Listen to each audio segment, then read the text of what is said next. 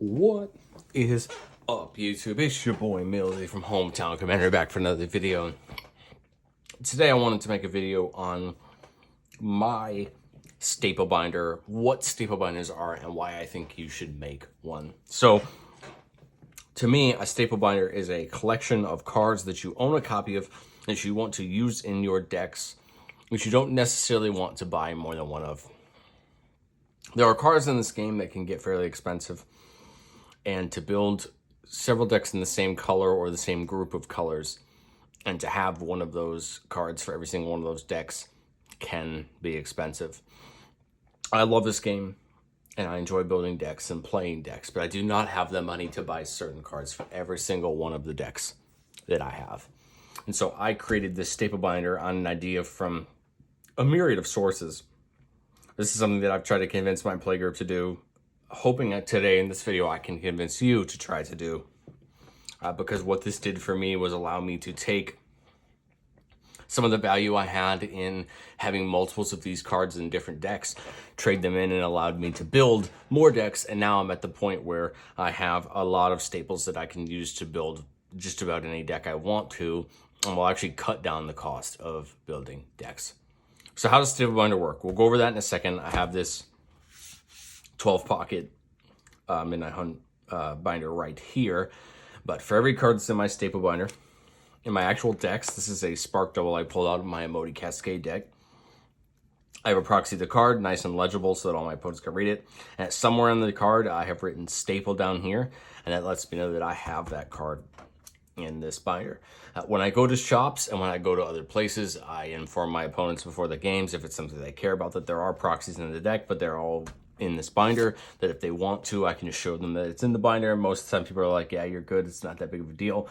But I do it to show that it's not a matter of proxying cards I don't have. It's just, especially for some of these cards, they are a little too expensive to have 5 or 6 copies of if I want to have those decks. So let's talk about what's in my staple binder. I have my staple binder kind of sorted by type.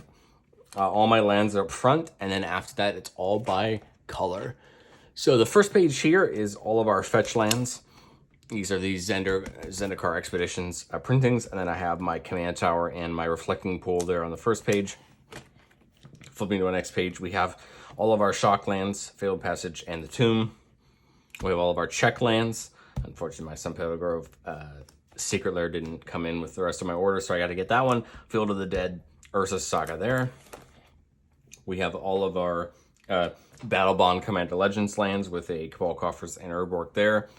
I have my 10 Innistrad lands that we just got in there with my Cavern of Souls on my Path of Ancestry. This is my page of check lands. As you can see, I still have a couple that I need to get with my Reliquary Tower and my Holy Helios Generosity. Here's my 10 Triomes with my Yavimaya and Nykthos. I've got the 5 D&D and the 5 Eldraine Castle lands with Evolving Wilds and Haven and Spirit Dragon there. My 10 Pathways with City of Brass and Mana Confluence there. And then the 5 Kamigawa lands and my Phyrexian Towers there. So my goal there was to sort them by type. That way I knew where they were in the binder. But the big goal here was to collect all of the land cycles I deemed to be important. Fetch lands, shock lands, check lands, the commander lands, I don't know what to call them, but the Innistrad lands, Filter lands, Triomes, the assortment lands here, the Pathways, and the Kamigawa lands. And I've been adding to this binder, you know, as sets come out. We added the Pathways there, and then of course I added the lands from Kamigawa. I have not actually used all 5 of these in a deck, but I wanted to have them mainly as an option to use them. You know, this is the one-time investment of buying 1 copy of each, and then having them to be accessible for using them, singling the Pathways, you know, having all 10 of them accessibly used, singling the castles, and so on. So the whole point of Stable Binder here for me is to have the lands accessible so that I can use them in the decks that they're in. Now, any of these one-off utility lands would be in the deck if there's only one of them that I have in a deck. But for example, like Haven of the Spirit Dragon, I have more than one dragon deck that I'm building, so it's in here. And that's my rule of thumb for any card. If the card is going to be played in more than one deck, it comes here in the binder as opposed to buying more than one of them. So we'll get into white here. We have our first page. Got 2 pages of white cards. So again, the rationale here is if a card, even if it's, my threshold normally is $1, but even for something like Inspiring Leader, which is a little bit less than $1, because it's in more than one deck, I figured why not throw it in here and know that I have access to it. Now, it's a lot more helpful for cards like Teferi's Protection, or Esper Sentinel, you know, that are a little bit higher up on the value train. But my main goal here is just to keep the cards accessible. Here we get into blue. You know, here's been really good for stuff like Fierce Guardianship, Expropriate, my Cyclonic Rift, you know, some of these blue staples, Ristic Study, Nexus of Fate. These really expensive blue cards that, again, I don't really want to put in more than one deck, but I want to make sure I have access to. And there's the last of my blue page there, Time Warp, different extra turn spells. Getting into black, big stuff, Imperial Seal, Pitiless Plunder, Demonic Tutor, Dark Ritual, Damnation, Meat Massacre, these giant black cards that are really well used, the decks that are used in. I wanted to make sure that I had them. Backside, we get the Vampiric Tutor, Yawgmoth, that kind of thing. Accessible there. In red, staples, Faithful Suiting, Gamble, Chaos Warp, Crackle with Power I use in a couple different decks. Got the Ag Assault up there up top, Goldspan Dragon, Jessica's Will. Rain Everest is definitely getting up there in prices, especially for those treasure decks. Sneak Attack, really popular there for my Miram deck, but I want to be able to use it in others. Storm's King's Thunder. And then my Wrathford. A lot of the reason the dragons are in here is because I'm working on another dragons deck, so I wanted to put all of them in here, especially a lot of the red ones, so that I had access to them. The biggest section in my staple binder is green, because I play the most green decks. So a lot of the green cards that are in here are because they're getting used in different places. Beast Within, Beastmaster Ascension, Craterhoof. Cultivate, you'd think wouldn't be in here. You know, it's such a cheap card, but the truth is, because I'm using it in so many decks, I wanted to make sure that I had a copy of it in here. Farseek, Fertile Ground, same thing. I'm playing them in enough decks, might as well just have one copy. You know, for a card like Great Henge, it would be a lot if I had more than one of them in a lot of these decks, but for me, just the one copy is plenty to play it in all the decks that I have. Heroic Intervention, Krosan Grip, Kadama's Reach, Nature's Lore. Of course, Nature's Lore, I got it at a time where Nature's Lore was a little more expensive. Of course, now it just got reprinted and it's a little bit less expensive. Primal Vigor, Rampant Growth, Pretty One, Sylvan Library, Tutor, Utopia Sprawl, Triumph of the Hordes, 3 Visits. You know, cards that I'm going to play in most green decks. I figure why not just have one copy as opposed to buying more and more of. And then getting into multi-card spell, we got the Assassin's Trophy, Expressive Iterations, getting up there, Growth Spiral. I play in a lot of my blue-green decks. Mirage Wake, got the Pretty Terminate there, so I wanted to take that one. Got a couple Planeswalkers and things like that. So again, for some of these cards, it's because they're in multiple decks. For others, it's because I know they will go into an eventual deck. And so I wanted to get them cornered off the market. Here we got all the Signets, very useful for certain decks. Arcane Signet, Sol Ring. And then Crypt, Chrome Mox, Phyrexian Altar, Panharmonicon. These giant artifact staples that you're going to use in a lot of decks. Chromatic Lantern. And then Ugin there. And then this page is just some extra cards that I had in decks that I took out. And potentially will be going into the decks. So as you can see, I've tried my best here with the staple binder to keep cards I know will be relevant not only to decks I have now, but future decks I could be building. And this will definitely, in my opinion, cut down on building a lot of these decks in the cost, especially in the mana base. The mana base is sometimes the most expensive part of a deck, especially when you get into 5-color decks. A lot of the reason I made this was so that I could make my 5-color shrine list and still be able to play other decks as well. I could still have access to that deck runs the 10 fetches, 10 shocks, and the 10 triomes. So I wanted to make sure that I had access to all of those for all the rest of my decks, as well as when you get into expensive lands like Ancient Tomb, Cabal and Urborg, and, you know, Cavern of Souls and City of Brass. I wanted to make sure lands like that were available for all of my decks and were able to be played. I would love to do some updates on what's in my staple binder in the future. But I really want to just talk about why I love my staple binder, why it allows me to brew new decks and get new things started, as well as allows me to have a pretty version of one of these cards if I want them, because I don't need to buy 5 of them. You know, for a perfect example, I run a lot of red-green, so stuff like Stomping Ground and Rootbound Crag, I can have 1 copy of them as opposed to having 5 of them. You know, for lands like Field of the Dead and Urza Saga that are getting up there in value, it's cool to have just 1 of them and not have to worry about buying all of them for all my decks. I've yet to meet a person who's ever looked at this and said, that's not right. You should have to have a copy for every deck.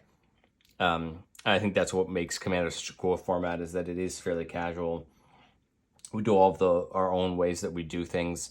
And again, like I said, I've yet to play an opponent that I told, hey, every card that I have that's in here is proxied in the decks. If you want, I can show you that I have the card, if that's a problem. And again, every opponent I've ever played has said, nope, that's okay. That's more than no problem at all. You do what you got to do. And it just, again, allows me to build more decks. I take this binder with me anytime I go to play at a shop for that exact reason, so people can see that I have them. I don't really keep trades in here. This is mainly a binder where I mainly just keep the cards that I really like, but I'm constantly adding to this binder. You know, new sets come out. There's cards that I pick up and I say, hey, that's a card that could be important in the future. I really want to make sure I add it in here and have it in here for the long run. And whether that card goes into a deck or not might affect my decision in the future, whether I get rid of that card or whether I keep it. I keep it in here, right? But I think buying one card when it's fairly cheap is just easier than buying some of these cards when they get way high up in value and get harder to pick. Like Professor Onyx here will go into a deck. It'll come out of the binder because I doubt I'll use it more than one deck. But you know, certain cards like Jessica's Will or Cyclonic Rift, our staples, of course, are going to go into a lot of decks of those colors. And I want to make sure that I have them. I want to make sure I have them in here readily accessible and all of that. But that is really it. I just wanted to talk about what it is, why I like it, and why I think you should have one too. As far as the investment goes to the binder, it was just the binder itself, which is about $25. And then, of course, the sleeves to keep the cards in, but then the cards keep nice and safe here in the binder. I like this binder because it has a strap, so that I can either, while it's on my shelf at home, I can keep it like this, and it stays nice and protected that way. And then when I need to go to the shop, I slip it right in my backpack, and it stays protected in my backpack. I may eventually pick a different binder. I picked the Celestis binder here just because it was what was available at the time when I started my staple binder. If I ever, you know, there's a new set that comes out and I like that art better, you know, I might pick it up and replace the staple binder. I'd say the staple binder is probably about 75% full.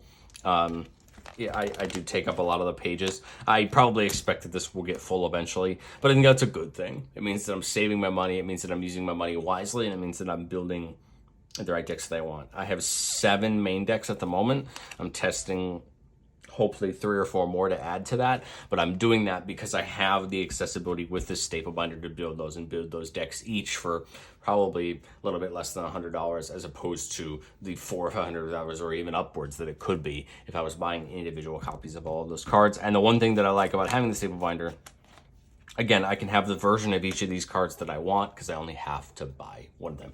If you have any questions, please throw them down in the comments. I'd love to hear what you think about the staple binder. If you have any questions about how I do it or how I make my decisions, but I would like to make some updates for these every now and then so you guys can see what's going in the staple binder if you care about what I deem to be a staple and what I'd want to be in here. Maybe I can do that for you guys and you guys can see what physical cards that actually means. Of course, for me, I'd say 60% staples and 40% cards that are actually being used in more than one deck. So it's not just staples, it's cards that I'm using often, and so I want to make sure they're in here. But to me, that's just as important to be in a staple binder than cards I legitimately deem to be a staple. But you know, Mikey and I did an episode on this on our podcast. We talked about what we deem to be staples and what I have in my staple binder. But I think this is more of a visual thing. It's great to hear about it, but I think visually it's cool to see. And I think it's cool to see what people deem as important, what people like to do. And I have noticed even Mikey and some of the guys in our play group have definitely saved some good money by using this method. And I want everyone to. I want you to save your money. I want you to use your money as effectively as possible. Magic is not a cheap game. And I think if done the right way, you can definitely enjoy this hobby without spending as much money as you could if you didn't.